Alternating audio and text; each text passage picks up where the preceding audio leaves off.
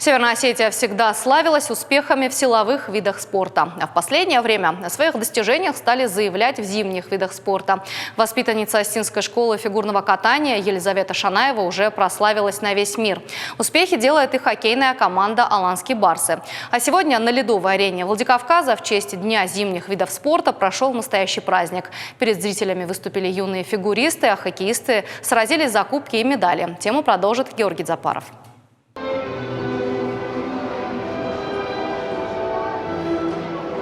Элину Шувалову вдохновило встать на коньки выступление известной российской фигуристки Алены Косторной.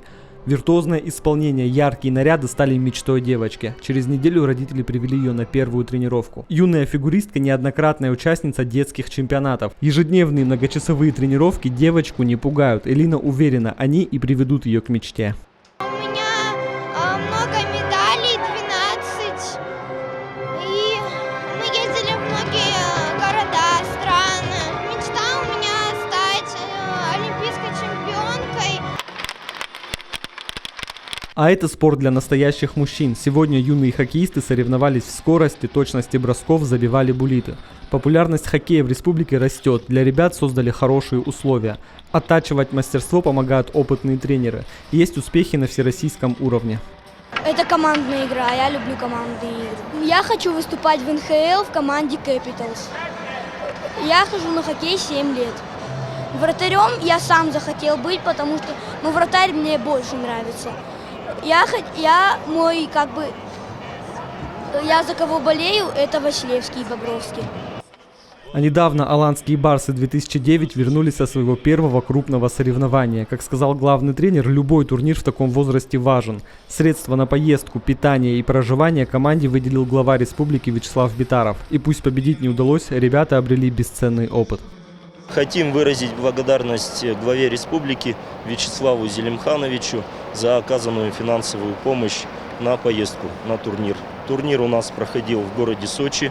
Это был один из первых турниров для команды хорошего уровня. То есть без его помощи мы бы не смогли туда поехать. Ребята благодарны? Ледовые баталии – увлекательное зрелище. Это только кажется, что все просто. На самом деле высокие скорости, силовые приемы – тяжелая работа.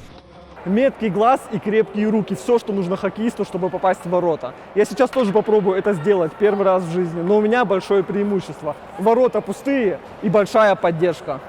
Не судите строго.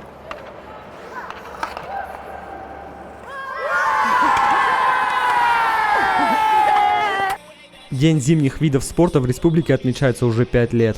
Каждый год у нас какие-то бывают конкурсы, выступления фигуристов. Они показывают, обкатывают свои номера, это возможность хорошая для них. А хоккеисты соревнуются в скорости, в точности, как веселые старты или как матч звезд бывает в КХЛ, в НХЛ.